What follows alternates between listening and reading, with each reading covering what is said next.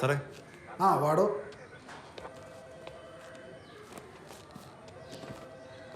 സാറേ ഞാൻ വിനീത്. ആ ഫസ്റ്റ് പോസ്റ്റിംഗ് ഈ സ്റ്റേഷനാണ്. പിന്നെ ഇതെൻ്റെ ഹോം സ്റ്റേഷൻ കൂടിയാണ്. ആ കൊള്ളാലോ. ആദ്യത്തെ ഡ്യൂട്ടി തന്നെ സ്വന്തം നാട്ടിൽ. അത്യാവശ്യം ഇവിടുത്തെ കാര്യങ്ങളൊക്കെ തനിക്കറിയാം. ഒരുവിധപ്പെട്ട എല്ലാ കാര്യങ്ങളും എനിക്കറിയാം സാർ. ആ പ്രത്യേകിച്ച് തലവേദന കേസിലൊന്നും വരാറില്ല. ഇടയ്ക്ക് വല്ല കളവ് കേസ്, വാഴയ്ക്ക മോഷണം, അതിർത്തി തർക്കം, കൂടോത്രം, വല്ലപ്പോഴും ഒരു പിടിച്ചു പറയും, അങ്ങനെ ചെറിയ കേസുകളൊക്കെ ഉള്ളു. പിന്നെ ഈയിടെയായിട്ട് വീടുകൾ കേന്ദ്രീകരിച്ച് ചെറിയ മോഷണങ്ങളൊക്കെ നടക്കുന്നുണ്ട്. അമ്മാരാണ് പിടുത്തം കിട്ടിയിട്ടില്ല. ഫോൺ എടുക്കണോ? ആ സാർ, ഒരു മിനിറ്റ്. ഹലോ, എപ്പോ? വിലപിടിപ്പുള്ള എന്തെങ്കിലും നഷ്ടമായിട്ടുണ്ടോ? ഒരു കാര്യം ചെയ്യും, ആ മുറിയൊക്കെ കൂട്ടിയിട്ടേക്ക്. ഞങ്ങളിപ്പോൾ തന്നെ വരാം. ശരി. എന്താടോ സാറേ, ഞാൻ പറഞ്ഞില്ലേ ആ വീട് കയറിയുള്ള മോഷണത്തെക്കുറിച്ച്. ആ അവരടുത്ത വീട്ടിലും കയറിയിട്ടുണ്ട്. അപ്പോൾ ഞാൻ അവിടെ വരെ ഒന്ന് പോയിട്ടില്ല സാറേ. എന്തായാലും ഞാനും വരാം. കാരണം ഇന്ന് വന്ന ദിവസമല്ലേ. ബാ എനിക്ക്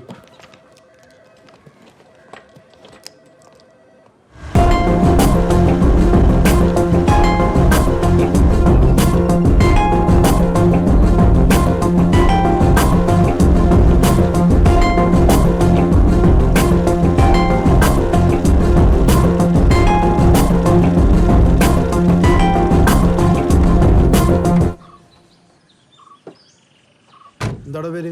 ഡേവിഡ്. ഇതൊക്കെ നിങ്ങളുടെ സ്ഥലമാണോ? അതെ സാറേ. വാ വാടോ. ആ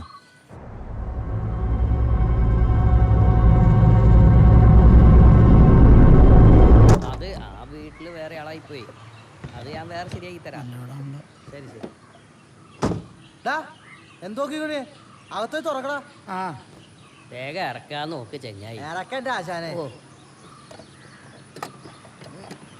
ഡേയ് എന്ത് കാണിച്ചോണ്ടിരിക്കണേന്ന്? ചൊറഞ്ഞോണ്ടിരിക്കാണ്ട് പെട്ടെന്ന് എടുക്കടാ.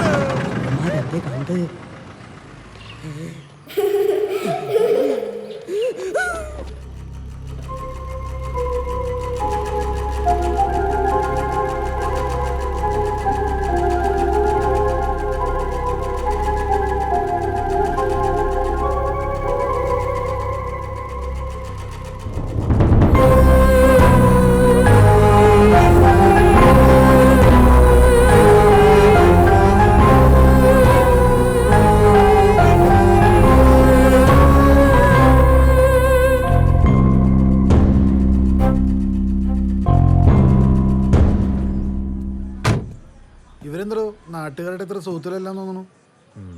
അല്ല, ഇത്രയും വലിയ സംഭവം നടന്നിട്ട് ആരും അറിഞ്ഞില്ല എന്ന് പറഞ്ഞ. സാറ് പറഞ്ഞത് ശരിയാ. അവര് നാട്ടുകാരോട്ട് അത്ര വലിയ സുഖത്തിലല്ലെന്നാണ് തോന്നണേ. പിന്നെ 4 മാസമായിട്ട് മൊത്തം അടഞ്ഞു കിടക്കായിരുന്നു. ആ എന്തായാലും താൻ വണ്ടി എടുക്ക്. ബാക്കി പോയിട്ടല്ലേ.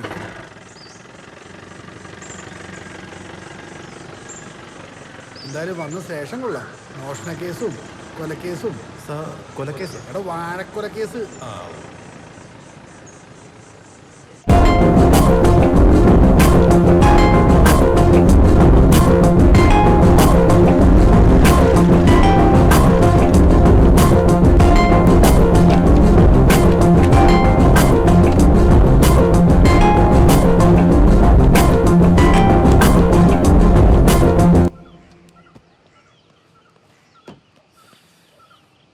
തനിക്കിത് കണ്ടിട്ട് എന്താ തോന്നണത്? സാറേ, ഇത് ഏതെങ്കിലും പാണ്ടികളായിരിക്കും സാറേ. അതെന്താ അത്ര ഉറപ്പ്? സാറേ ഈ കമ്പി വിളയ്ക്കുന്ന പരിപാടി എന്ന് പറഞ്ഞു കഴിഞ്ഞാൽ അത്ര നിസ്സാര കാര്യമൊന്നുമല്ല. ചെറിയൊരു ശബ്ദം കിട്ടി കഴിഞ്ഞാൽ അപ്പം പിടിക്കപ്പെടും. മലയാളികൾ അതുകൊണ്ട് ചെയ്യില്ല സാറേ. ഇത് കേട്ടിട്ട് താൻ ഭയങ്കര എക്സ്പീരിയൻസ് ആണെന്ന് തോന്നുന്നു ഇതിൻ്റെ അകത്ത്. ജോലി ഇതായി പോയില്ല സാറേ. കണ്ടിട്ട് രണ്ട് പാണ്ടികളെ പോലെ ഉണ്ടല്ലോ അവന്മാര്. ശരിയാണല്ലോ സാറേ. നേരെ നടന്നു.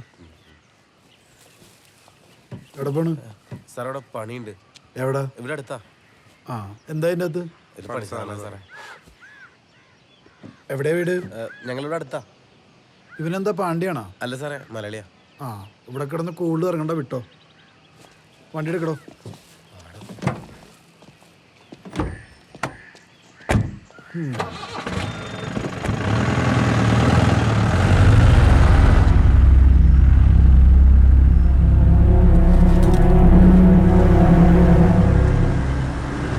സാറേ വീട്ടിലേക്കല്ലേ? ആ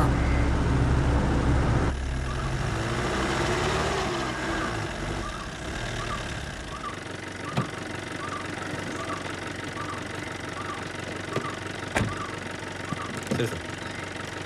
എന്നാ വിട്ടോ. ആ. നാളെ കാണാം. Okay sir.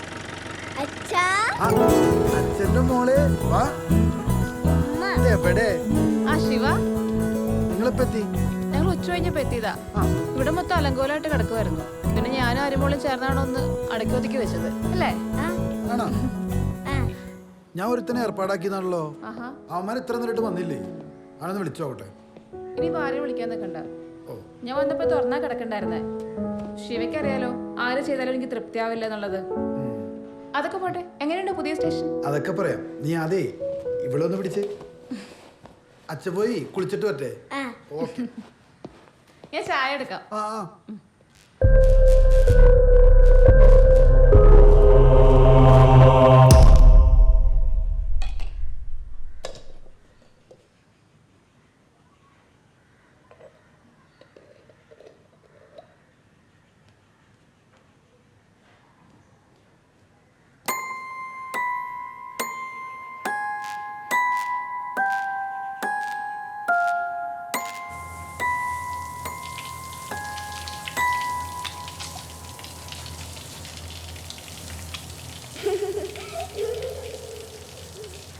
അരിമോളെ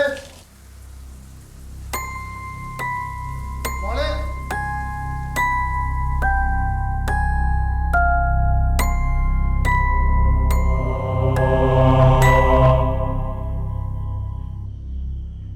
രണ്ടു ദിവസം എവിടെ തങ്ങി?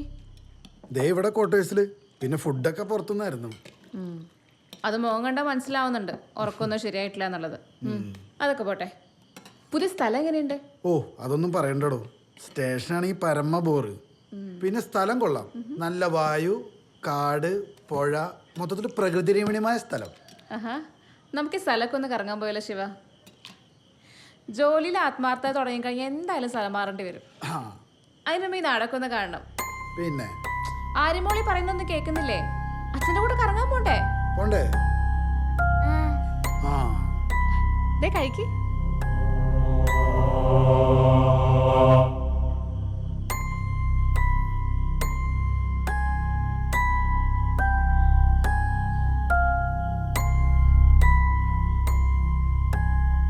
മോളെ അരിമോള് കഴിച്ചേ. മിടുക്കി. മുഴുവൻ കഴിക്കണേ.